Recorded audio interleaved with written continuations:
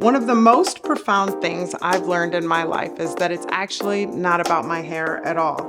I've spent a lifetime trying to cover up who I am.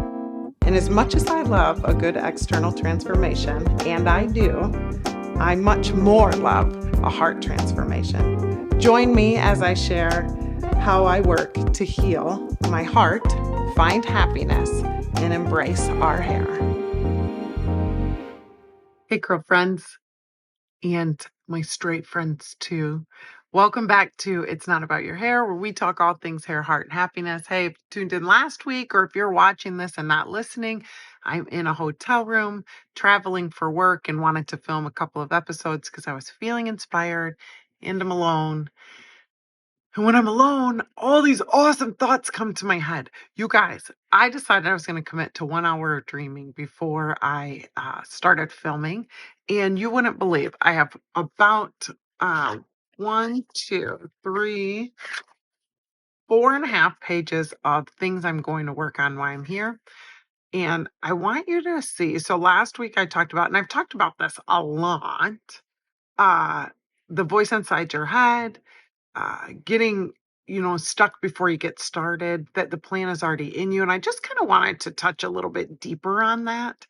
Uh, and I want to walk through a little bit of the journey for me of dreaming big, but hiding in the shadow self. So Richard Rohr, it's familiar language. The shadow self is the ego version of you, the person you are that you think you should be, maybe.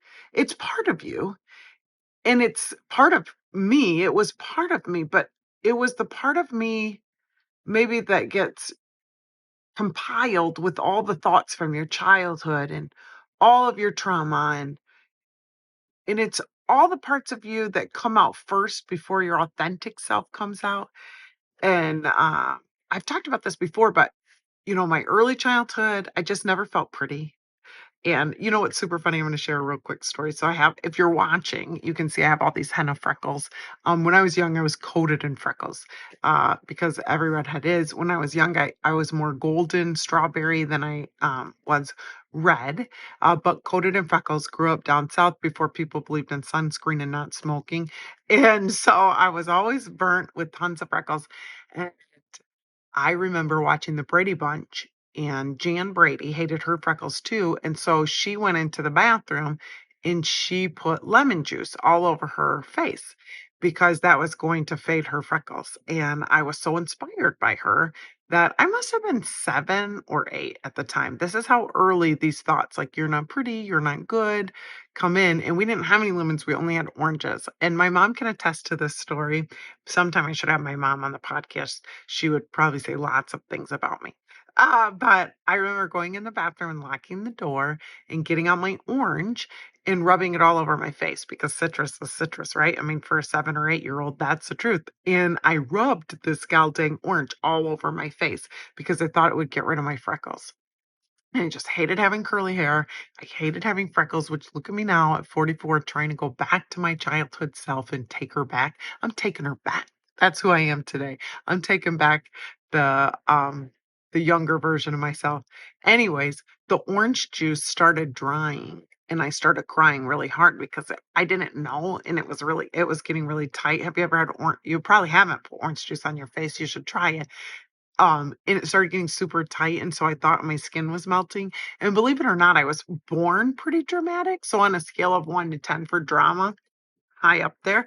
And so I was crying. My mom came to the door, but the door was locked, and I thought I was gonna get in trouble. And I was like, she's like, Casey, open the door. And we lived down south, so I had pretty southern accent. I said, I'm not opening the door, mama, because I'm gonna get in trouble. And she said, you're not gonna get in trouble, just open the door. And I said, no, I did something naughty. And she said, Casey, open the door. And I'm like, no, mama, my skin is burning. And she said, Casey, open the door. And so I opened the door finally, and my skin, it looked like a film almost, was like, and it was so tight. And I'm like, Mama, I'm burning my skin off. She was crying so hard. She was laughing. And she said, what do you do? And I said, well, Mama, on the Brady Bunch, Jan. didn't want to see her freckles no more, neither do I. And so I was trying to get them to go away. I think that's my earliest memory of physically trying to change myself. And my mom was real sweet and got a warm washcloth, and that peely feeling went away.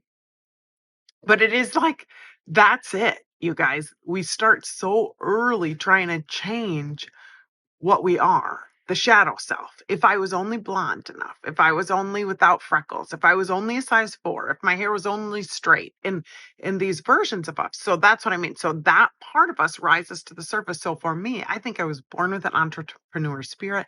I think I was born wanting something really big. And I think it was inside of me. I think it's literally been inside of me. Now, what really big for me meant when I was young is different than what it means now. And so when I was young, I was always trying to prove myself. And we've talked about that. Go back to some early episodes. We all have childhood stuff, you guys. But my mom and dad got divorced, and my dad left abruptly, and we didn't see him for years and years and years. And I don't care who you are, that messes with you as a kid, being rejected by your own parent. I have a great relationship with my dad now. Love him a super ton, forgave him completely. But I talk about this because there's a lot of us that need healing in our childhood, and we need forgiveness to move forward.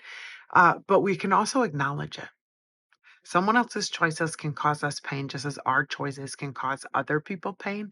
And we need to acknowledge that because it allows us to heal. So for me, I was spending time. So then I made a series of bad choices. Anyways, into adulthood, all I wanted to do was prove that everyone is wrong, that I could be successful, that I could have a successful business, that you just watch out, like I could be pretty. So dyed my hair blonde. I straightened it.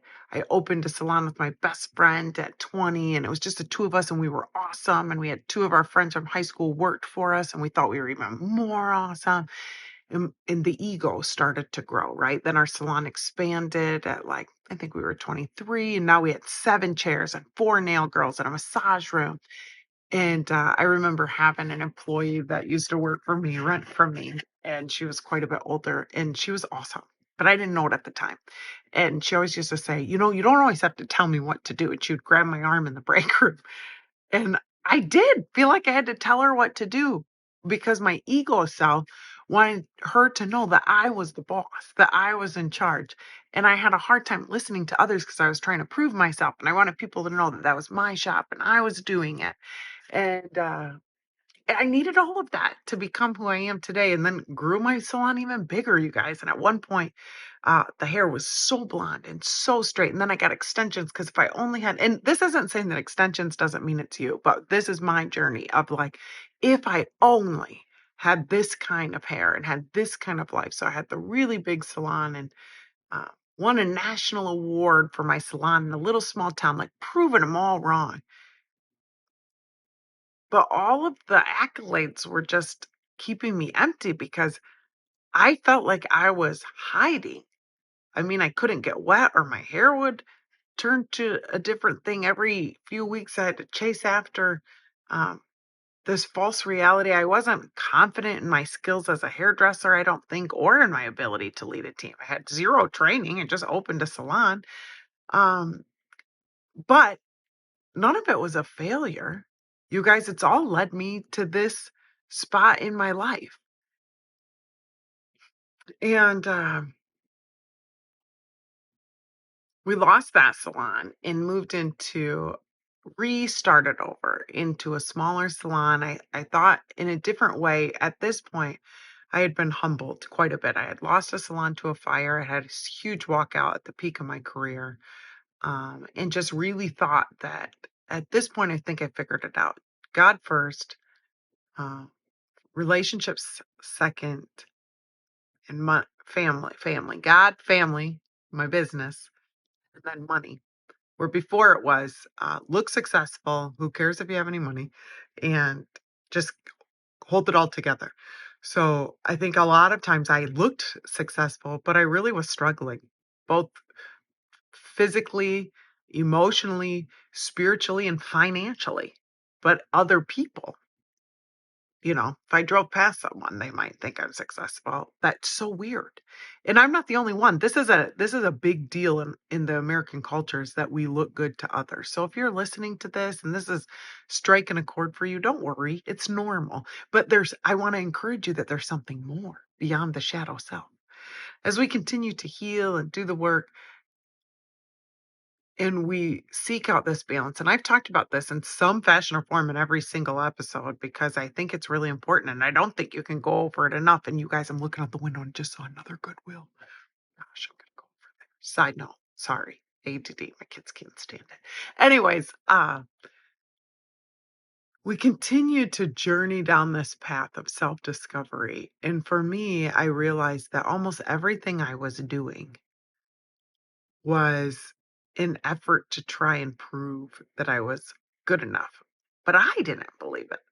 You're the only person that you have to prove that you're good enough to, because there's always going to be somebody who doesn't think you're good. And there's always going to be a chance that people are going to reject you. But you get to have the choice on whether or not you think you're good, because that will help you. And for me, again, back to the idea of faith is that if I believe at the core of who I am that there's something important for me to do and that hurt people,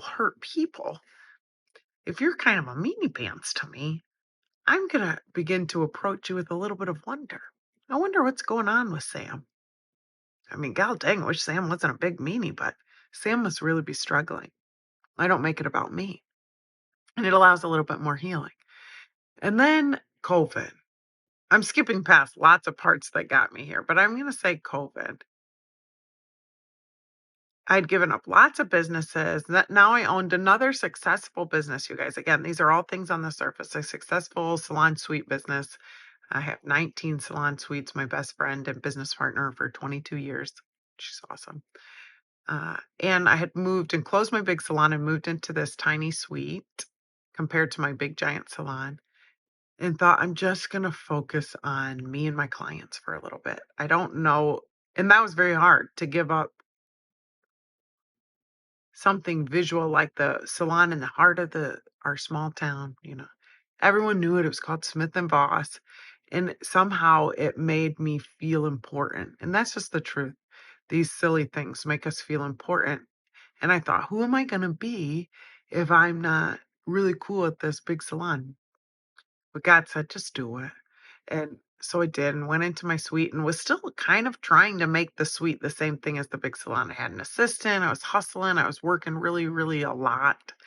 And then COVID happened.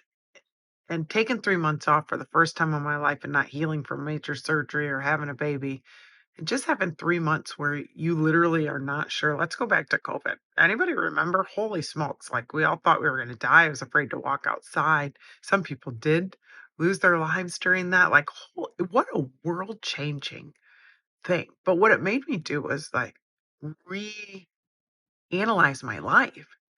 And it made me long for these deep connections I had specifically in my own family. And it made me wonder about what my life's going to be like as an old person if I got to make it that far, because at this point we didn't know. And I really loved being off of work, and I think I loved most that the world kept moving without me. Something I honestly probably didn't know was possible, and you maybe too. That sounds egotistical, but it's true. I've made myself so important in the center of my me world that I thought if I wasn't at work 5 days a week, if I wasn't doing this, if I wasn't hustling and answering phone calls, if I wasn't taking color, if I wasn't doing this, then it was all going to fall apart. And so when I went back with a renewed sense of, I do think God has called me into the area of beauty and transformation, no doubt about it. But it cannot override uh, the other things that are pressing full speed on my heart, which is balance. And so I don't know if that was all an introduction, but balance has become the thought process for me of how do I cultivate the truest life? And how do you cultivate the truest life? Is first of all, you cannot be burnt out. You cannot be burnt out. You cannot be burnt out. The seasons of my life where I was burnt out and giving far more than I should have, There was no room for me to cultivate joy, to work on my confidence, to listen to the small voice inside my head, to dream about what I might do, to give more to my husband, to be the kind of mom I wanted to be, to go for a freaking walk after work. Like all of the things, your job is not the most important thing that you do. It's super important, but it cannot be the most important, just as mine can't. And so as I began to take a step back, I thought, who would I be if I wasn't? First, it was, who would I be if I wasn't Hairpiece? That was the name of my first salon. Get a piece, want a piece, need some piece, come to the Hairpiece. Oh my God, cheesy. Then it was Smith and Voss. Uh, and who would I be if I wasn't Smith and Voss? And guess what? I survived both of those. And then I was Bloom. That was the name of my studio, which is now Casey Voss, the curl boss. But as I gave up each layer, God revealed a new layer and a new part of myself. And I realized that as I gave up the fake self, the one that was always pushing to, and it was always hard. So owning the salon was hard. And being a boss for me at that time in my life was very hard. And having to work a lot was really, really hard. But as I've stepped back and been like, okay, well, if it's just me, will it be enough? And God has given me tenfold, you guys, what I had when I was hustling. And I think it's because I started listening to the small voice instead of listening to the shadow self. The shadow self was like, you should add another chair to this. You need another person. You should get another assistant. The salon should get bigger. You should remodel this, because it was all about what other people saw. But all of it took my energy. This has almost felt so easy, stepping away. And I've shared this before. I'm working 3 days a week behind my chair from 7 to 3, sometimes 4. Uh, it's beautiful. I'm out when my kid gets out of school because I only got one kid left in school. But like this last weekend, you guys, I just helped my adult daughter move into her apartment. We hung pictures, we cleaned her apartment, we went shopping, we decorated, we took care of everything. Like, here goes the waterworks. Probably one of the most important things I've done in my life was being there with her and having the time and not being exhausted, because we used to be so exhausted, and it did get a little tiring. I mean, we had a lot of projects we were doing this last week. Uh, but I wasn't so burned out on work that I couldn't be there with her in that moment. And traveling now for work, you guys. So I left early this morning to travel for work after spending all weekend getting her prepared and going. We had a track meet and a tennis match for my younger daughter and FaceTiming myself who's gone. Anyways, the point of all this is that it's almost all so easy that it usually doesn't feel like work. Even driving here today, my husband's like, "Are you nervous to drive by yourself?" I just love it. I just love every part of my life and thinking about my class tomorrow and thinking about you guys. And I don't often talk about money because I think money's complicated and I think it gets I don't ever want to feel like I'm bragging, but I also want you to know this, if you're listening. There is more. Money is a renewable resource, and it's something that I used to have a scarcity mindset about. Like I have to hoard it. There's not enough, and that came out of years of not having any, losing a business. So we were barely scraping by at many points in my adult life. Uh, Growing up, after my dad left, we were on food stamps. I would have to go out of town to go shopping because I didn't want anyone to see me, and I have to get free lunch and like all the things.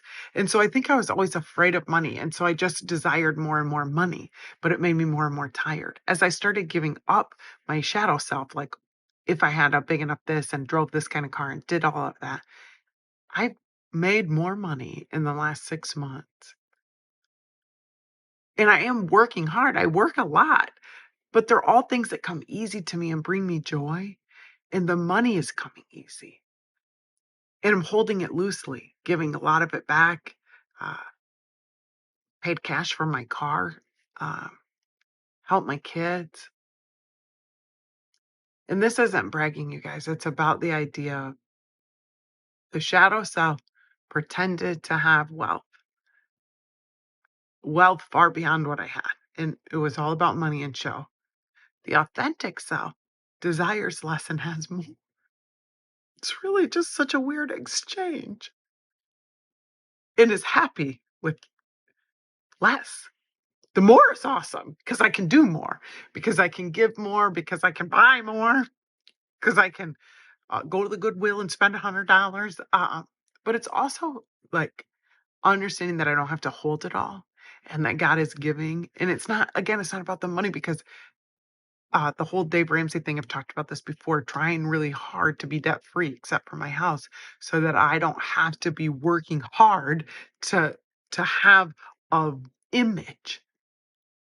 I'm just working hard because I love it, because it's who I am. And then those things flow to me, but I don't need them. So if it all left tomorrow, would I be okay?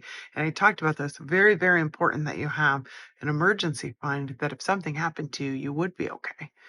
But beyond that is so important that we walk in faith into the truest of ourselves, because that's where we get balance. So now it is not uncommon for me to get excited at 7 p.m. and go work in my office for a few hours on downloads, 4 pages of downloads of things that God's like, we should do this and this is going to work. So I just wrote a children's book on curly hair, you guys, and it's so freaking cute. And it's only God because it came to me in 1 second. And it was based on Psalms, that he knew us before he formed us, that he knit us together. It's a story that God gave me for the young me who was covered in freckles and hated herself. That big circle. Hopefully you can read to your kids. It's not out yet. It's coming. It's going to be so good. But my point in all this is that if you have time, if you're not burnt out, you can do it and you can dream. Okay. I hope that this inspired you. I hope that you do something that you're dreaming about, that you believe it's possible. I hope you stay tuned for this book. I don't know when. I've got multiple things in the works that are not happening yet, and that you believe that you're worthy of it all. I love you so much. I'm glad you're here. If this worked for you, send it to somebody. Like it. Please leave me a review. Spotify, Apple Tunes. It's called It's Not About Your Hair, or here on YouTube. I guess this is where I ask you to subscribe to my channel, to follow me on social, and to listen wherever podcasts can be found. And join me every Tuesday at 2 as we unpack how to heal your hair, your heart, and your happiness.